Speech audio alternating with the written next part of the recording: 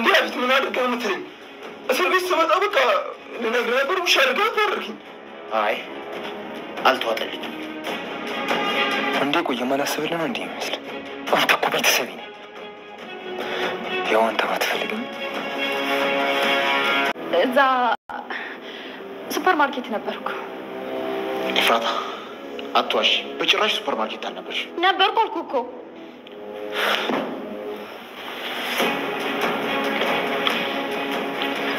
ለመጨረሻ ጊዜ ልጠይቅሽ፣ አንቺም ተጨምረሽ አታበሳጭ። ኤፍራታ የት ነበርሽ? የትስ ብሆን የትስ በሄዳ ሳር ታስቀምጠኝ ነው? በላፈን ግደለኝ ግደለኝና እንደውም ገላግለኝ ግደለኝ ግደለኝና ገላግለኝ ግደለኝና በላ አስቀያሚ ሆን ገላግለኝ አቤት በል ትጠብቃለህ ግደለኝና ከዚህ ሆን ገላግለኝ እንጂ ንግስት እያለሽ ነው። እባክሽ ይቅርታ አድርጊልኝ። ትንሽ ሰጥቼ ስለነበር። ኧረ እንደዛ ነው።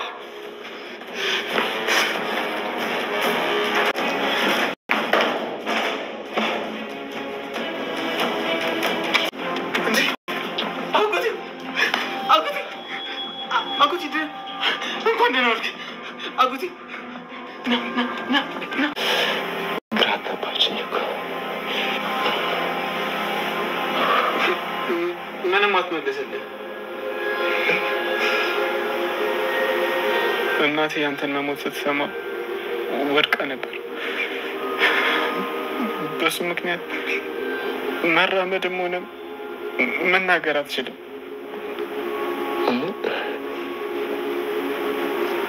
ዳጊ ምን እያልከኝ ነው? አዎ አጎቴ ሆስፒታል ወስደናት ነበር።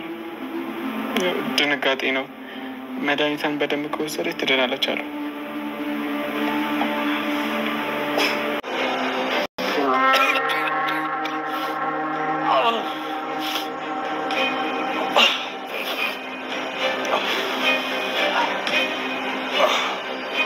እቃው አረጋግጫለሁ።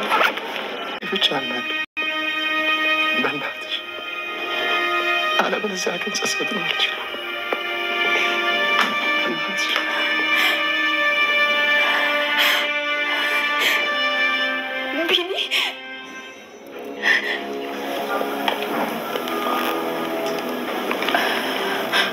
አሁኑኑ ከዚህ ቤት ለቀሽ ውጪ። አቤት ታሪኩ፣ እየሰማሁ ነው። አለቃ ከመሀላቸው አንደኛው ሰው ሔዋንን የምትፈልጉትን ከፍለሉ አዘጋጁልኝ እያለ ነው። ስንት ይጠይቅ? ማድረግ ያለብን አድርግ። ተተኪ ከስተመሮች ከመምጣታቸው በፊት ቶሎ ጨራርስ። እሺ አደርገዋለሁ። እንዴት ነው ግን ሴቶቹ አላስቸገሩም ማለት? አይ አላስቸገሩም፣ ግን ሔዋን 10 የመጸዳጃ ቤት እየሄደች ነው። በደንብ ጥንቃቄ አድርግ፣ ከአይን እንዳጠፋ። እሺ እንዳልክ ይሆናል።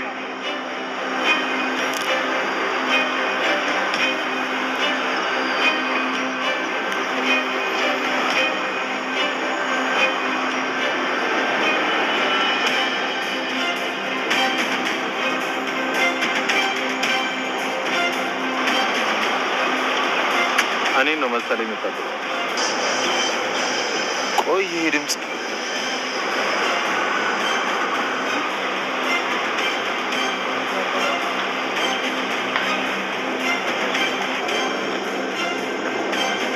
አቶ በስተመጨረሻም ተሳክቶለት ከያፌት ጋር ተፋጧል። መድረስ ካለበት ቦታ ደርሷል። እንግዲህ በባለፈው ዘሎ አልቀረም፣ ደስተውን እንትን ብሎም አልቀረም፣ ተሳክቶለታል። ሰላም ጤና ይስጥልኝ የሰላም ሀበሻ ቻናል ቤተሰቦቼ፣ በያላችሁበት ሰላማችሁ ይብዛልኝ። ለቤቴ አዲስ የሆናችሁ የደውል ምልክቱን በመጫን ቤተሰብ ይሁኑ ለማለት እወዳለሁኝ። እንግዲህ ሐረግ ድራማ ብዙዎች ማለት ነው ጓጉተን የምንጠብቀው አሉ ከተባሉ ድራሞች እንዳንደኝነት እኔ የማየው ማለት ነው እና እጅግ በጣም ደስ የሚል ድራማ ነው። በክፍል 90 እንግዲህ መጥተዋል።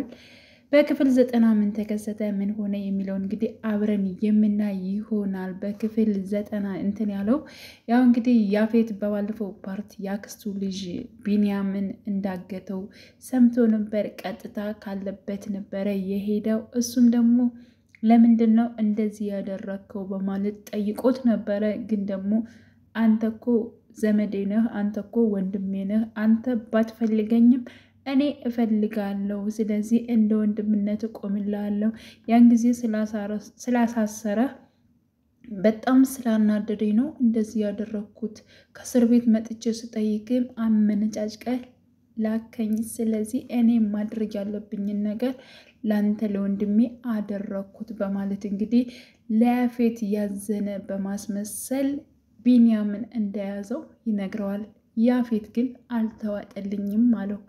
ይህ ነገር አልተዋጠልኝም፣ አሁን ግን ምንም ነገር እንድትነከው አልፈልግም። ከዚህ ጋር መጥተው ሰዎቹ ወስደው ራሱ በር ላይ ይጥሉታል። እስከዚያው ግን ምንም እንድታረገው አልፈልግም፣ ግን ደግሞ እኔ እናንተ ሌላ ጊዜ እንነጋገራለን በማለት እንግዲህ የወሰደው ነገር ያው አልተዋጠለትም ያለው ነገር፣ ስለዚህ እነጋገራለን በማለት እንግዲህ ወጥቶ ሂዷል።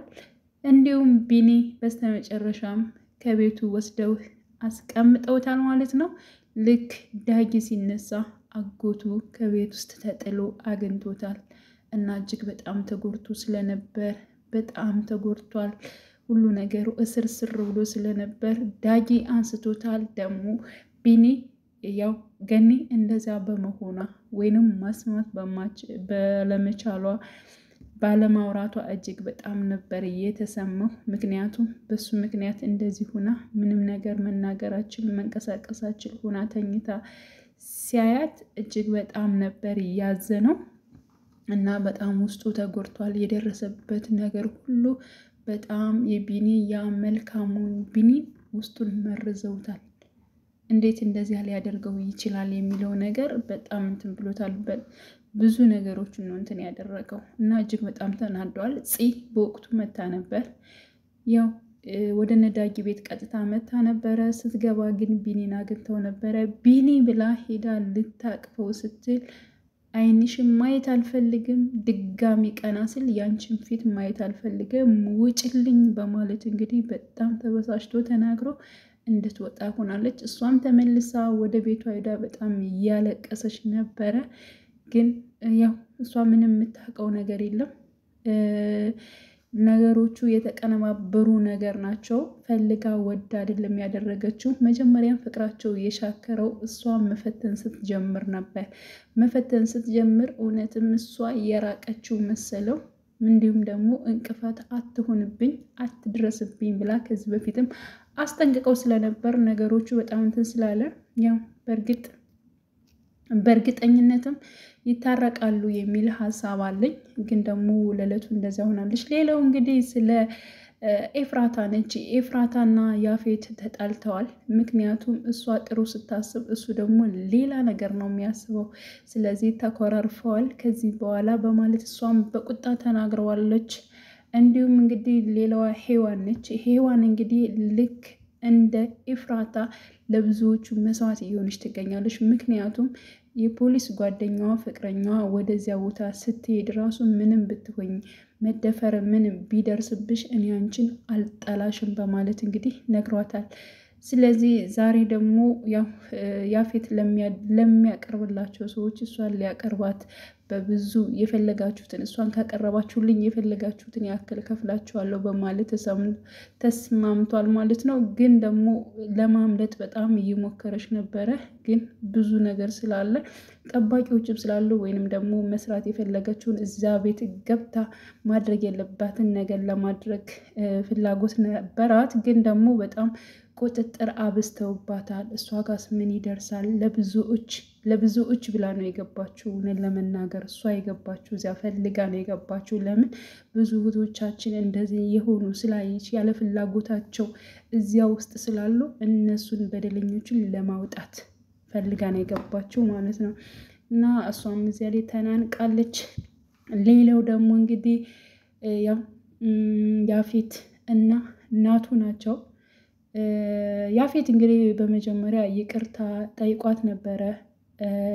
ኤፍራታን ይቅርታ አድርጊልኝ የኔ ግስት፣ ዛሬ በጣም ወሳኝ ስራ አለብኝ። ስለዚህ እንዲቀናኝም ይቅናህ በይኝ። እንደዚህ አኮርፈሽኝማ ሊቀናኝም አይችልም እና እባክሽን ይቅርታ አድርግልኝ ስለጮሁብሽም ስለተናገርኩሽም ይቅርታ አድርግልኝ በማለት እንግዲህ ኤፉዬን ጠይቋት ነበር። ኤፉዬም ደግሞ ይቅርታ አላደረገችለትም አኩርፎ ስለነበረ በቃ መቅረት የሌለብኝ ነገር እስከሆነ ድረስ መሄድ አለብኝ በማለት እንግዲህ ሳም አድርጓት ይወጣል። እሷም እጅግ በጣም ትናደዳለች። የሳምባትን ቦታ እየጠረገች ፎቶ እያየች ነበር፣ የናቱን ፎቶ እያየች ነበር። እንዲሁም የአፌትን ክፉ ስራዎችን እያስታወሰች ስቅስቅ ብላ ስታለቅስ ነበር። ስለዚህ ስለ ናቱ እያሰበች ነበር። ያን ሁሉ ነገር የደረሰባት ወይንም ደግሞ እዚህ ሁሉ ጉድ የገባችው ለናቱ እንደሆነ እናውቃለን። እንዲሁም ደግሞ የናቱን ልጅም እንዳረገዘችም እናውቃለን። ስለዚህ እጅግ በጣም ነው። እሱ ግን የት ነበር ቀጠሮ? ከናታን ጋር ነበር። ናቱ ጋር በጣም ተፋጠዋል። ይሄን ድምፅ የት ነው የማውቀው በማለት እንግዲህ ያፌት ዘወር ሲል ናቱ ቆሟል ማለት ነው። እና ሁለታቸው ተፋጠዋል። ምን ይፈጠራል? ምን ይሆናል? መድረስ ካለበት ቦታ ናቱ ደርሷል። የሆነ ስለተሳካለትም ደስ ብሎኛል። መጨረሻውን ያሳምረው በሚለው ማለት ነውና እንግዲህ ያው ያፌት ምን ይሰማዋል ይህን ነገር ሲያውቅ ምን እንትን ይላል የሚለው ነገር እጅግ በጣም አሳሳቢ ነው። ሁላችንም በጉጉት የምንጠብቅ ይሆናል። በያላችሁበት ሰላማችሁ